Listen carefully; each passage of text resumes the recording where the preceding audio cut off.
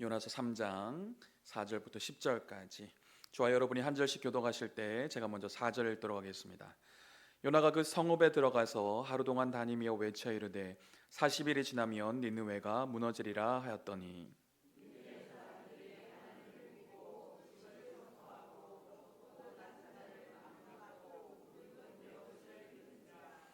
그 일이 니느웨 왕에게 들림에 왕이 보좌에서 일어나 왕복을 벗고 굵은 베옷을 입고 제 위에 앉으니라.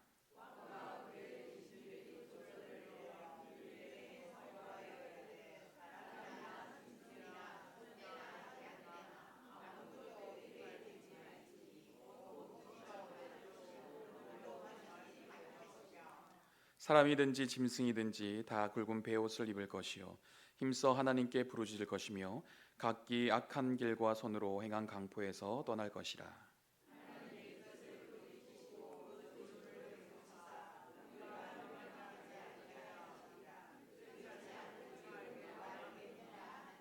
함께 읽겠습니다.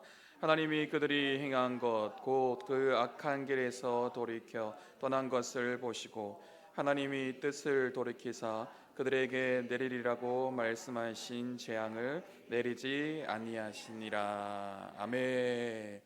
네, 오늘 돌이킴의 은혜란 제목으로 말씀 전하겠습니다. 여호와의 말씀이 두 번째로 요나에게 임했습니다. 하나님께서 다시 요나에게 사명대로 살아갈 수 있는 은혜를 주신 것이죠. 하나님은 첫 번째 말씀과 동일하게 일어나 니느웨로 가서 외치라, 선포하라, 그렇게 말씀하셨어요. 하나님의 백성은 하나님이 말씀하신 것만 하면 됩니다. 하나님이 일어나라고 하면 일어나면 되는 것입니다. 하나님께서 가라고 말씀하시면 가면 되는 거예요. 하나님께서 외치라고 말씀하시면 외치면 되는 것입니다. 하나님은 지금도 잃어버린 영혼을 찾기를 원하십니다. 죽어가는 영혼을 살리기를 원하십니다. 내 가족 중에 또 주변의 사람 중에 하나님을 떠난 사람, 영원한 멸망을 향해 달려가는 사람이 있을 것입니다. 나 중심의 삶을 살면 그들의 영적인 필요가 보이지가 않습니다. 세상적인 사고로 살면 오히려 그들이 더 편해 보이고 더 자유롭게 보이고 더 잘 살고 있는 것처럼 보일 수 있습니다. 하지만 하나님 중심의 삶을 살면 그들이 영적으로 궁핍한 삶을 살고 있음을 깨닫게 될 것입니다. 하나님의 마음으로 그들을 바라보면 오히려 안타깝고 또 불쌍하게 보일 것입니다. 하나님을 떠나 있는 내 부모를 위해, 내 남편과 아내를 위해, 또 자녀들을 위해 여러분들은 기도하고 계실 거예요. 자신의 VIP를 위해 계속해서 기도하고 있을 것입니다. 영혼 구원을 위해 기도하다 보면 하나님께서 말씀하실 때가 있어요. 가서 전하라고 말씀하실 때가 있습니다. 가서 하나님의 마음을 나누라고 감동을 주실 때가 있어요. 예수님처럼 사랑으로 섬겨라고 우리에게 메시지를 주실 때가 있습니다. 그때 여러분은 어떻게 반응하십니까? 가서 전하라고 하면 가서 전하면 되는 것입니다. 그런데 우리는 그 이후의 반응에 대한 염려 때문에 망설일 때가 있다는 것이죠. 내가 갔는데 그 사람이 싫어하면 어떡하지? 내가 가서 전했는데 상대방이 받아들이지 않으면 어떡하지? 복음을 전했는데 믿지 않고 거부하면 어떡하지? 상대방의 반응이 부담이 됩니다. 거절당할까 봐 두렵습니다. 어느 순간 자신감이 떨어지고 부정적인 생각들로 인해서 믿음의 발을 내딛지 못하는 경우도 있습니다. 사랑하는 성도 여러분, 구원은 누구에게 있는 것입니까? 그렇죠. 구원은 하나님께 있습니다. 내 부모님을 구원하는 것이, 내가 부모님을 구원하는 것이 아니죠. 내 말이 내 남편과 아내를 돌이키게 만드는 것이 아닙니다. 나의 언변과 노력이 내 자녀들을 하나님께로 돌이키게 만들어주는 것이 절대 아니라는 것이죠. 우리는 그저 도구일 뿐입니다. 구원의 통로일 뿐인 것이죠. 우리는 우리가 해야 할 일을 하면 되는 것입니다. 하나님의 말씀에 순종해서 가고 하나님의 말씀에 순종해서 전하면 되는 것입니다. 그 이유는 다 하나님께 맡겨드리는 것이죠. 그 사람이 받아들이고 예수님께 나아가는 것은 하나님께서 하시는 영역이에요. 아마 이 자리에 앉아 계신 분 중에 7, 80% 정도는 국민학교 세대일 것 같습니다. 저도 국민학교를 나왔거든요. 옛날에는 학교의 책상이 지금과 좀 달랐죠, 그렇죠? 지금은 개인 책상인데 옛날에는 저 때만 해도 이제 길어가지고 두 명이 앉을 수 있는 그런 책상이었습니다. 가끔 책상 중간에 보면 선이 그어진 것을 볼 수가 있습니다. 선이 없다면 중간에 필통을 올려놓든지 아니면 물건을 올려놓고 짝지에게 뭐라고 말합니까? 야, 절대 선 넘어오지 마라. 짝지가 조금이라도 선을 넘어오려고 하면 야, 네가 뭔데 선 넘어오는데, 그렇게 화를 내기도 하는 짝지를 또 만나게 되죠. 자기 자리를 나 잘 지키지 왜 선을 넘어와서 나를 불편하게 만드느냐 핀잔을 주기도 합니다. 내 영역에 친구가 침범하면 기분이 나빠요. 싫습니다. 그래서 이북으로 넘어간 것도 아니고 선만 살짝 넘어섰는데 이것 때문에 대단한 싸움이 일어나게 돼요. 선을 지키는 것은 대단히 중요해요. 신앙생활을 하며 우리가 이 선을 넘어갈 때가 있습니다. 바로 말씀에 순종한 이후에 그 반응까지 내가 책임지려고 할 때가 있다는 것입니다. 복음을 전한 이후에 그 사람의 구원, 그 사람의 돌이킴, 그 사람의 삶까지 내가 좌지우지하려고 할 때가 있다는 것입니다. 전하라고 하면 전하기만 하면 되는 거예요. 전하고 난 이후에 그 사람의 반응에 대한 부분은 하나님의 영역입니다. 그 사람이 구원받고 예수님께 돌아오는 것은 하나님의 영역이에요. 그런데 때때로 우리는 선을 넘어서 그 구원의 영역까지 내가 책임지려고 할 때가 있습니다. 그래서 내가 복음을 전했는데 안 믿을까 봐 두렵기도 하고 아무 일도 일어나지 않아 자존심이 상할 것 같아서 전하지 않는 사람도 종종 있습니다. 상대방을 의식하고 주변의 환경을 신경 쓰다 보면 때를 놓칠 수가 있어요. 뭔가 완벽하게 준비되어 하려다 보면 결국 골든타임을 놓칠 때가 있습니다. 골든타임이 무엇입니까? 재난사고나 응급상황에서 생존 가능성이 높은 시간입니다. 이 시간 내에 구조활동이나 응급처치가 이루어져야 생명을 살릴 수가 있어요. 마찬가지로 영적 골든타임이 있을 수 있다는 것입니다. 우리는 내일 일을 알 수가 없습니다. 지금껏 목회하면서 임종 예배를 드리러 갔는데 살아나신 분이 있어요. 곧 돌아가실 것 같다 판단되어서 가족들의 요청으로 병원에 복음을 전하러 갔는데 그 이후에 건강이 회복되어져서 퇴원하신 분도 종종 있으셨습니다. 하지만 어제까지 너무 건강했던 분인데 오늘 갑자기 돌아가시는 분도 있어요. 우리 부모님, 우리 남편은 건강관리를 너무 잘해서 참 건강하게 살고 있습니다. 아마 오래 살 겁니다 생각하고 복음을 전하는 것을 10일, 8일 잘 이루었는데 생각지도 않게 사고로 이별을 당하기도 해요. 우리에게 내일이라는 시간은 보장되어 있지 않습니다. 내일은 하나님의 시간이에요. 그렇게 인간에게 있어 영적 골든타임은 바로 오늘일 수도 있습니다. 그러므로 우리는 하나님께서 가서 외치라고 말씀하시면 그냥 가서 외쳐야 됩니다. 복잡하게 생각하면 갈 수가 없어요. 상대방의 반응에 초점이 맞춰지면 가기가 꺼려집니다. 하나님은 우리에게 가서 외치라고 하셨지 가서 그 영혼 네가 구원해 내라고 말씀하지 않으셨어요. 어떻게든지 네가 영접시켜라. 그 사람이 영접 안 하면 돌아올 생각하지 마라. 그렇게 강요하시는 분이 아니세요. 우리가 해야 할 일을 하면 하나님께서 하실 일을 하는 것입니다. 말씀을 듣다가 기도하다가 하나님이 주신 감동이 느껴지시면 그 감동을 조차 실행에 옮기십시오. 전하라고 하시면 가서 전하고 나누라고 하시면 가서 나누고 헌신하라고 하면 헌신하십시오. 그 이후의 열매는 하나님께서 주시는 것입니다. 요나는 가라고 했을 때 가지 않았어요. 가서 외치라고 했을 때 가서 외치지 않았습니다. 그러니까 아무 일도 일어나지 않는 것이죠. 하나님의 역사를 볼 수 없는 것입니다. 하지만 하나님은 그런 요나를 그대로 내버려 두지 않으시죠. 연단의 시간을 통해서 요나의 마음을 변화시켜 주십니다. 다시 기회를 주셨을 때 요나는 이제 순종하게 되죠. 오늘 본문 4절 말씀을 같이 한번 읽어보겠습니다. 요나가 그 성읍에 들어가서 하루 동안 다시며 외쳐 이르되 40일이 지나면 니느웨가 무너지리라 하였더니 아멘. 요나는 결국 하나님 말씀에 순종하게 됩니다. 요나는 그 성읍에 들어가서 하루 동안 외쳤다고 나와 있어요. 그런데 요나의 순종은 완벽한 순종은 아닌 것 같습니다. 왜냐하면 3절 말씀에서 니느웨는 사흘 동안 걸을 만큼이나 큰 성읍이라고 얘기하고 있어요. 그런데 요나는 지금 얼마만큼 걸었다고 나와 있습니까? 하루 동안 걸으며 외쳤다는 거예요. 그리고 요나가 뭐라고 외쳤습니까? 40일이 지나면 니느웨가 무너지리라. 단순히 니느웨가 멸망할 것이라는 말만 툭툭 던지며 가는 것이죠.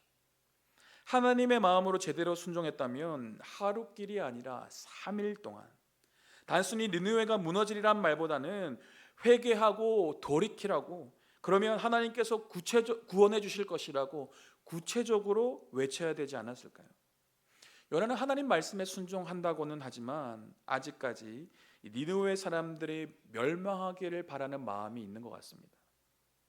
하나님이 말씀하시니 겉으로는 순종하는 것 같은데 마음까지 100% 동의가 되지 않는 것 같아요. 여러분은 어떠십니까? 하나님께서 내가 가기 싫은 곳으로 가라고 했을 때 하나님께 얻어맞고 겸손해져서 가기는 갑니다. 그런데 억지로 그곳에 가고 있지는 않습니까? 그 사람에 찾아가 복음을 전하라고 했는데 굉장히 부담이 큽니다. 그래서 계속 미루다 결국에는 말씀에 순종했어요. 그런데 기쁨으로 하는 것이 아니라 어쩔 수 없이, 안 하면 또 혼날 것 같기에 그 사람에게 찾아간 적은 없으신가요? 우리 교회는 지금 세아초를 하고 있습니다. 하나님은 우리에게 한 영혼을 향한 하나님 아버지의 마음을 품으라고 말씀하고 계세요. 잃어버린 영혼을 가슴에 품고 간절히 기도하라고 말씀하십니다. 그 영혼에게 찾아가 하나님의 마음을 전하고 세아초에 초청하라고 말씀하세요. 그런데 여러분은 지금 어떻게 반응하고 계십니까? 요나에게 첫 번째 말씀하셨던 그때처럼 하나님의 말씀에 나 몰라라 하고 내가 원하는 곳을 향해 달려가고 있지는 않습니까? 아니면 교회에서 하라고 하니 뭔가 신용은 하는데 억지로, 어쩔 수 없이 책임감으로 하고 있지는 않습니까? 아니면 날 구원하신 하나님의 은혜에 너무 감사해서 감사함으로 또 기쁨으로 그 일들을 감당하고 있으신가요? 하나님을 향한 우리의 순종이 100% 완전할 수는 없는 것 같습니다. 하나님도 우리가 하나님의 말씀을 100% 이룰 수 없는 연약한 존재임을 잘 알고 계세요. 하지만 순종의 발걸음을 내딛기 시작할 때 하나님은 하나님의 그 일하심을 볼 수가 있다는 것입니다. 요나는 하루 동안 외쳤습니다. 구원받을 수 있는 방법도 알려주지 않고 그냥 최소한으로 니느웨가 멸망할 것이다, 그 말만 선포했어요. 니느웨는 아직까지 하나님의 마음으로 가득 차 있는 것 같지는 않습니다. 하지만 요나가 가서 외쳤을 때 어떤 일이 일어납니까? 오늘 본문 5절 말씀을 같이 읽겠습니다. 니느웨 사람들이 하나님을 믿고 금식을 선포하고 높고 낮은 자를 막론하고 굵은 베옷을 입은지라. 아멘. 요나의 외침 앞에 기적 같은 일이 벌어지고 있어요. 니느웨 사람들이 즉각적으로 반응했다는 것입니다. 즉각적으로 하나님을 믿고 금식을 선포하고 높고 낮은 자를 막론하고 굵은 베옷을 입었다는 것입니다. 니느웨 사람들의 이러한 반응을 통해서 우리는 어떻게 회개해야 되는지를 알 수 있습니다. 첫 번째는요, 회개는 우리 모두가 하나님 앞에서 똑같은 죄인이라는 생각으로 하나님 앞에 엎드려야 된다는 것입니다. 니느웨 사람들은 높고 낮은 자를 막론하고 하나님 앞에 나아갔습니다. 너나 나나 높은 자나 낮은 자나 하나님 앞에 다 죄인이라는 생각으로 하나님 앞에 회개했다는 것이죠. 질문을 하나 드려볼까요? 큰 죄가 있고 작은 죄가 있을까요? 큰 죄인이 있고 작은 죄인이 있을까요? 그렇게 생각하신다면 여러분은 큰 죄인인가요? 작은 죄인인가요? 그러면 큰 죄인은 많이 회개하고 작은 죄인은 요만큼만 회개하면 될까요? 인간이 정해놓은 규율과 법 아래서 크고 작은 죄를 나눌 수는 있을지 몰라도 하나님 앞에서 큰 죄, 작은 죄가 없다는 거예요. 죄는 다 죄인 것입니다. 큰 죄인, 작은 죄인이 있는 것이 아니라 우리는 다 하나님의 긍휼과 자비가 필요한 죄인이라는 것입니다. 나는 내 옆에 있는 사람보다는 죄를 좀 덜 짓는 것 같아서 하나님 앞에서 내가 의롭다 그렇게 얘기할 수 있는가요? 옆에 있는 권사님보다 내가 신앙생활을 조금 더 열심히 하는 것 같아서 회개를 조금 약하게 해도 되는 건가요? 그렇지 않습니다. 우리는 하나님 앞에서 다 똑같은 죄인이라는 거예요. 소망 없는 죄인입니다. 죽을 수밖에 없는 죄인이라는 거예요. 누구보다는 잘났다고 교만한 생각을 품으면 절대로 회개할 수 없습니다. 회개는 주변 사람과 비교해서 내가 좀 더 나으면 하지 않고 좀 더 죄를 많이 지으면 더 엎드리고 하는 것이 아닙니다.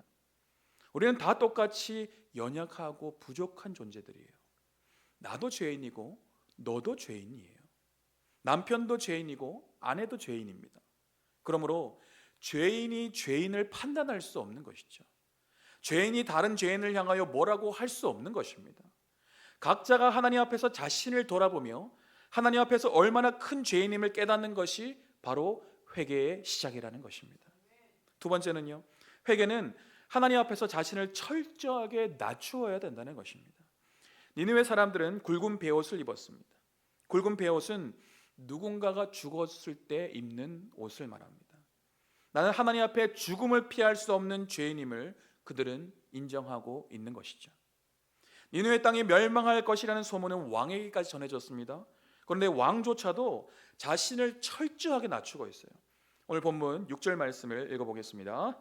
그 일이 니느웨 왕에게 들림에 왕이 보좌에서 일어나 왕복을 벗고 굵은 베옷을 입고 제 위에 앉으니라. 아멘.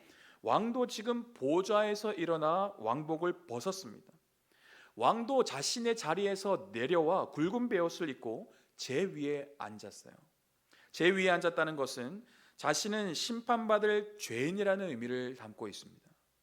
니느웨 백성뿐만 아니라 또 왕까지 자신의 모든 것을 다 내려놓고 하나님 앞에서 자신들을 죄인이라 인정하고 철저하게 낮추고 있다는 것이죠. 회개는 자신이 악한 죄인임을 깨닫고 하나님 앞에 엎드리는 것입니다. 자신은 소망 없는 존재임을 깨닫고 겸손함으로 하나님을 의지하는 것이죠. 마지막 세 번째는요, 회개는 돌이키는 곳까지 나아가야 된다는 것입니다. 오늘 본문 8절 말씀을 함께 읽어보겠습니다.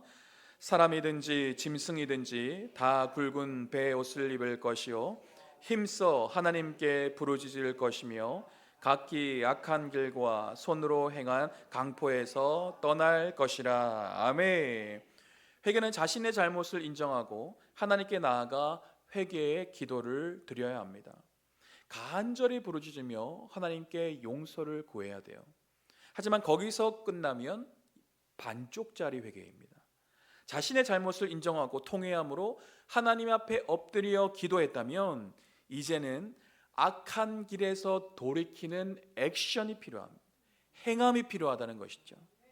느느웨 백성들은 요나의 선포로 인해서 각기 악한 길과 행한 강포에서 떠났다라고 말하고 있습니다. 잘못되었다는 것을 깨달았지만 계속 잘못을 하고 있다면 진정한 회개가 아닌 것이죠. 내가 이렇게 살아가면 안 되는데 속상하고 또 안타까워서 눈물로 기도했는데 아직 악한 길에 머물러 있다면, 아직 죄악된 습관을 가지고 살아가고 있다면 진정한 회개가 아닐 수 있다는 거예요. 진정한 회개는 아는 것으로 그치는 것이 아니라 행함까지 나아가야 되는 것입니다. 잘못된 방향으로 가다가 멈춤으로 끝나는 것이 아니라 하나님께로 돌이키는 삶의 변화까지 나아가야 된다는 것이죠. 니느웨 백성과 왕은 하나님 앞에서 철저하게 회개하고 있는 것입니다. 그렇다면 어떻게 해서 이들이 이토록 즉각적인 회개를 할 수 있었을까요? 요나가 설교를 잘했기 때문입니까? 아닙니다. 사람들의 노력 때문인가요? 그렇지 않습니다. 회개는 성령의 역사입니다. 성령께서 강권적으로 역사하셨기에 그들이 하나님 앞에 엎드려 금식하며 기도하고 죄악된 삶에서 떠날 수 있는 것이죠. 세아초 때 VIP가 예수님을 영접하는 것 사람이 할 수 있는 일인가요? 유명한 간증자가 와서 화려한 언변으로 그 사람의 마음을 흔들어 놓으면 예수님을 영접하고 구원받을 수 있을까요? 이번에 원파이브 극단이 엄마라는 이름으로 란 제목으로 그 연극을 할 건데요, 그들이 혼신의 연기를 하면 VIP가 회개하고 예수님께 돌아올 수 있을까요? 그렇지 않습니다. 한 영혼이 예수 그리스도 앞에 나아가 예수님을 영접하는 것은 성령의 역사입니다. 한 영혼이 회개함으로 하나님께로 돌아오는 것은 성령께서 하시는 일이라는 거예요. 사람은 자기의 노력으로 하나님께 돌이킬 수 없습니다. 자기의 의지로 구원받을 수 없다는 거예요. 그러므로 새하철을 준비하며 우리는 더더욱 하나님 앞에 엎드려 기도해야 된다는 것입니다.